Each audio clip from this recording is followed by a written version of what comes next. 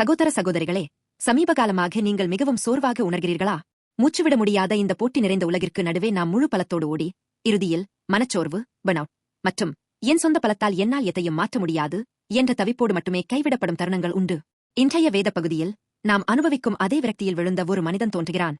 அவன் தங்கியிருந்த இடத்தின் பெயர் பெதஸ்தா, அதற்கு இரக்கத்தின் வீடு என்று பொருள். இருப்பினும் அந்த இடத்தின் உண்மையான யதார்த்தம் முற்றிலும் இரக்கமற்றதாக இருந்தது. ஏனெனில் ஒரு தேவதூதன் இறங்கி தண்ணீரை கலக்கும்போது முதலாவதாக குதிக்கும் ஒரே ஒரு நபர் மட்டுமே குணமாக முடியும். முதலிடம் பிடிப்பவர் மட்டுமே பிழைக்கக்கூடிய இடம். நான் வாழ பலவீனமானவர்களை தள்ளிவிட வேண்டிய இடம். உண்மையை சொன்னால் அது இரக்கத்தின் வீடு அல்ல, மாறாக இன்று நாம் வாழும் கடுமையான முடிவற்ற போட்டி நிறைந்த சமூகத்தின் ஒரு சிறு வடிவமே ஆகும். அங்கே 38 வருடங்களாக படுத்த படுக்கையாக இருந்த ஒரு நோயாளி இருந்தான். 38 வருடங்கள் என்பது அவனுடைய விரக்தி எவ்வளவு ஆழமாகவும் உறுதியாகவும் வேரூன்றியிருந்தது என்பதை காட்டுகிறது. அவன் முற்றிலும் சோர்ந்து போயிருந்தான். தன் சொந்த பலத்தால் அந்த போட்டியில் வெல்ல முடியாது என்றும் தனக்கு உதவ யாரும் இல்லை என்றும் அறிந்து அவன் ஆழ்ந்த தவிப்புக்குள் சிக்கியிருந்தான். இயேசு இந்த நோயாளி மனிதனிடம் வந்தார். படுத்துக் கிடந்த அவனை இயேசு கண்டு, அவன் நெடுங்காலமாய் வியாதியஸ்தென்று அறிந்து அவனை நோக்கி, சொஸ்தமாக வேண்டுமென்று விரும்புகிறாயா என்று கேட்டார். யோவான் 5:6. இயேசு அவனுடைய நீண்டகால விரக்தியை முதலில் கண்டு எந்த நிபந்தனையுமின்றி அவனிடம் நெருங்கினார். மேலும் அவர், சொஸ்தமாக வேண்டுமென்று விரும்புகிறாயா என்று கேட்கிறார். இந்த கேள்வி மனச்சோர்வு மற்றும் தவிப்பினால் தவிக்கும் நம்முடைய சோர்வுற்ற இருதயங்களை பார்த்து இயேசு இன்று கேட்கும் அதே கேள்வியாகும்.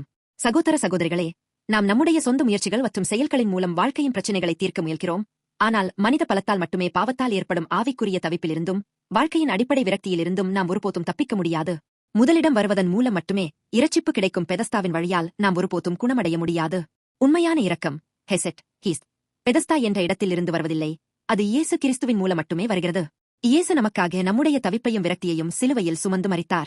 நம்முடைய எல்லா மனச்சோர்விற்கும் தோல்விகளுக்கும் அவரை கிரயத்தை செலுத்தினார். மேலும் 3 நாட்களில் அவர் மரணத்தை வென்று உயிர்த்தெழுந்தார்.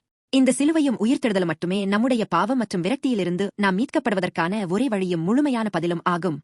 இன்று இயேசு 38 வருட நோயாளி மனிதனிடம் பேசிய அதே அதிகாரமுள்ள படைப்பின் வார்த்தையால் நமக்கும் கட்டளையிடுகிறார். இயேசு அவனை நோக்கி, எழுந்திரு, உன் படுக்கையை எடுத்துக்கொண்டு நட என்றார். வசனம் 8. உங்கள் சொந்த பலத்தால் பிழைக்க நீங்கள் போராடிக் கொண்டிருக்கும் அந்த போட்டி நிறைந்த இடத்திலிருந்து கீழே இறங்குங்கள். உங்களுக்காக மட்டுமே வந்த இயேசுவை மட்டுமே நீங்கள் நம்பிச் சார்ந்திருக்கும் போது நம்மை கட்டியிருந்த நீண்டகால தவிப்பு நம்மை விட்டு நீங்கி உண்மையான மீட்பு தொடங்கும்.